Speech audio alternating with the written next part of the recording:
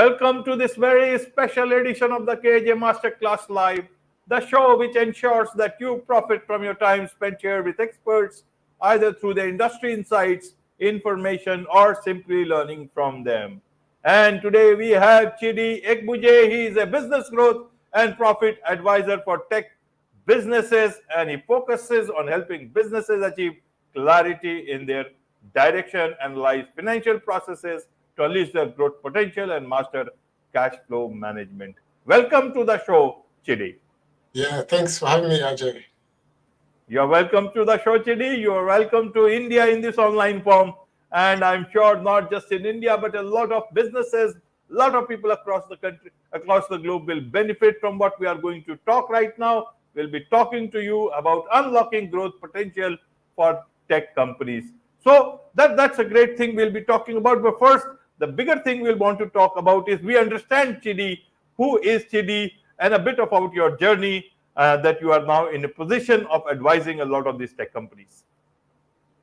No, that's good. So my background, obviously, my name is Chidi, and I started off studying. I'll go back way back. So I studied business at university, and I gravitated, because business is a varied degree, but I gravitated towards the numbers. I really enjoyed it. So I ended up being, I chose a security path, which is accounting. And then in the path through, I worked in different businesses, which was key to understand how the financial process between the business, from putting an invoice into the system to working with management to make decisions. And so that's I really found that really interesting, and I wanted to work in some of the big firms. So I then dived into working for some of the big banks. And one of the key takeaways for that was really how businesses how they work remotely, right? How they work virtually, but also how they use data to make decisions. And that need, that drive, that understanding then pushed me into setting up what is Virtue Focused Accountants, which is an accounting business. And initially it was really about helping businesses meet the tax requirements and some of the key financial needs. But as time has gone on, I'm really excited to see business owners progress and grow and evolve and achieve their goals. And so that's really my specialty. So an accounting business to support financial and tax needs, but essentially myself as an advisor to help businesses unlock their potential and have that peace of mind and achieve their goals. Absolutely, Chidi. Absolutely. So, especially tech-based businesses, they would Yes. say, listen, I've got so many tools myself, and I can use artificial intelligence. I am into artificial intelligence, and I will understand all the data myself. How does a person like you tell them that why they need you? They will tell the world about all this data crunching. Why do we need you for data? I want to understand their perspective. Do they say like that ever, or maybe in the coming times? I want to understand about these tech companies, how far they are open to such good advice. And I think that's a very good question, because I like the tech sector because it excites me. Tools and the innovation in the sector really excites me. And I feel like they're my kind of people. They love the tools, they're open to technology, because we're in an age where technology and finance is a key tool to help with growth. So these are my people really. But I think when it comes to business, there's a mindset that a lot of people can get locked, or you need to unlock, which is how to propel my business. And even though someone is, to cybersecurity, to software development, there's still a mindset unlock to achieve and push to where we're going to get to. But also, there's things, the levers that we need to maneuver in terms of unlocking our growth. Is something that we're not trained how to do it. We don't know. I still find that business owners still need that help, still need that financial support from someone who's actually trained and experienced. Right, absolutely. I understand your point. So, tell us a bit. What do these people, especially tech company owners, tech businesses, what do they come to you for? What is it, as you talked about the mindset part, their whole understanding of unlocking the growth potential?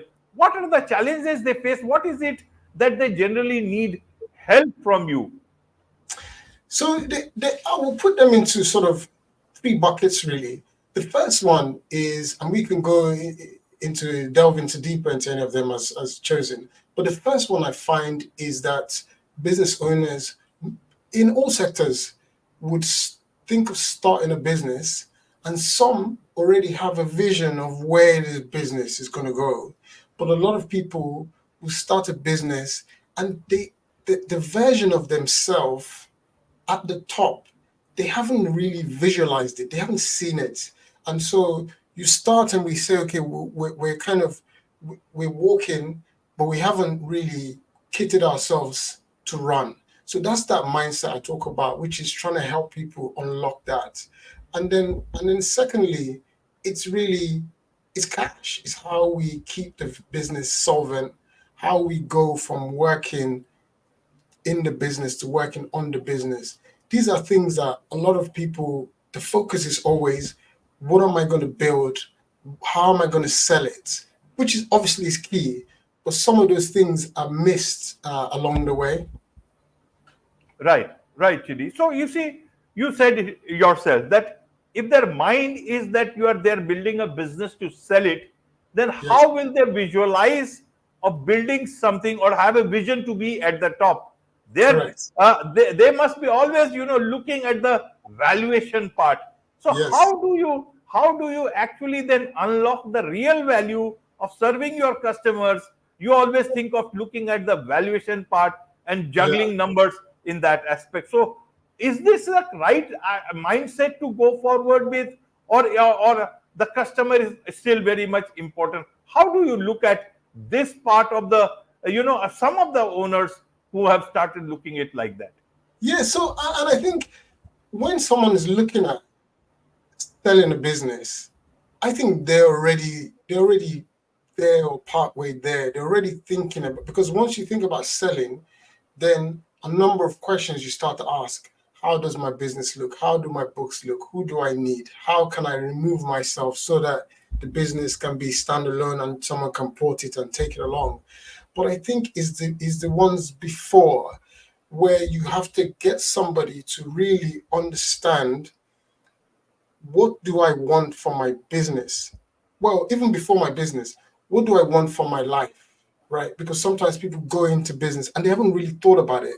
Maybe especially these days where business owners, they haven't got an office, or they're just working remotely at home, and so they haven't got this full overheads. So they think, oh, I don't really need to make much, maybe 50K, maybe this. But it's really trying to understand, where do you want to get to with your life? How much do you need? And then that becomes like a chain of events, because then if I have my personal goals clear, then the business needs to deliver those goals, right? So then I have, and I've been in the room with people where I say, if you want 100K pounds a year in 5 years time, well, for your business to give you that, after paying taxes, after paying all the other costs, the business is going to have to make 500,000. The kind of business that you want, and then that's a big number, because then they haven't thought about that. Because now when we're looking at a 500K business, you have big decisions you got to make, because now you think, okay, now we're making 50K a year. How am I going to grow that? So these thoughts force big decisions and action. Right, And that's right, that's sort of that mindset you're unlocking, because now you have to be a different person. Now you have to think differently, and we now we think, okay, maybe we need staff, maybe we need funding, maybe, because maybe we need a big marketing budget. But those, without that unlocking of the mindset, and without these actions and these goals, you would not move forward. right, right. So let's look at it this way. Yeah. Let's look at from the making mistakes way. Yes. What are Yes. the common mistakes then these people can make in terms of their growth plans, and how they can be avoided? Yeah, no, it's a good question. So a couple of things would be a mistake in the undervaluing the importance of financial processes. So people start, and the amount of business owners, I ask them, how much do you make last year? And they don't know. But last year, your last year end was like 7 months ago, and you don't know how much, you don't know how much you made. So then there's a lot of insight in your performance that you're missing out on, which really helps you because now, and this is something that I learned from looking at some of the big banks inside, is you can break down your revenue into different segments. You can look at your costs, you can really delve, you can look at your margin, your performance of your staff, which customers are more valuable. I can go on. And these things are, when they're missed, it's a really big mistake. And then secondly is cash flow, because I think a lot of people underestimate the importance of cash, and people see cash as looking in your bank account and saying, well, how much money have I got? But it's really, cash flow is about being ready to handle any situations, be ready even to take advantage of a surplus in cash. If you have a surplus in cash right now, I need to know, make sure I'm making the best of this, because a lot of businesses have gone under because they ran out of cash, not because they were making money, but they still ran out of cash, which is a tragedy, when it comes to business. Absolutely. Very good points you made here, Chidi. Now, one more thing is the risk factor. Yes. Now, a lot of these tech companies or tech related companies, they have based themselves on AI, and they are providing things which are all based on, this bigger companies, say either on Chat GPT or for any of these things. Yes. Yes. Now, and Yes. so how do you look at that? How do they create valuation in that aspect when it is based on something else, or some API or something else? I don't know how to put it, but it is much more based towards artificial intelligence, which is again dependent on the owners of these companies. How do you look at the growth prospect at these companies? Do they stand a real good chance, or they should look at de-risking themselves in terms of their business model going forward? Because is there much to unlock here? Is there growth Yeah, unlocking here? no, it's a very good question, Ajay. It's a huge, it's like a moving feast, this, because we have one AI and there's platforms going on top and on top and on top, and people are doing some very clever things. But it's in business, you can't stay stagnant. In any sector, you can't stay stagnant.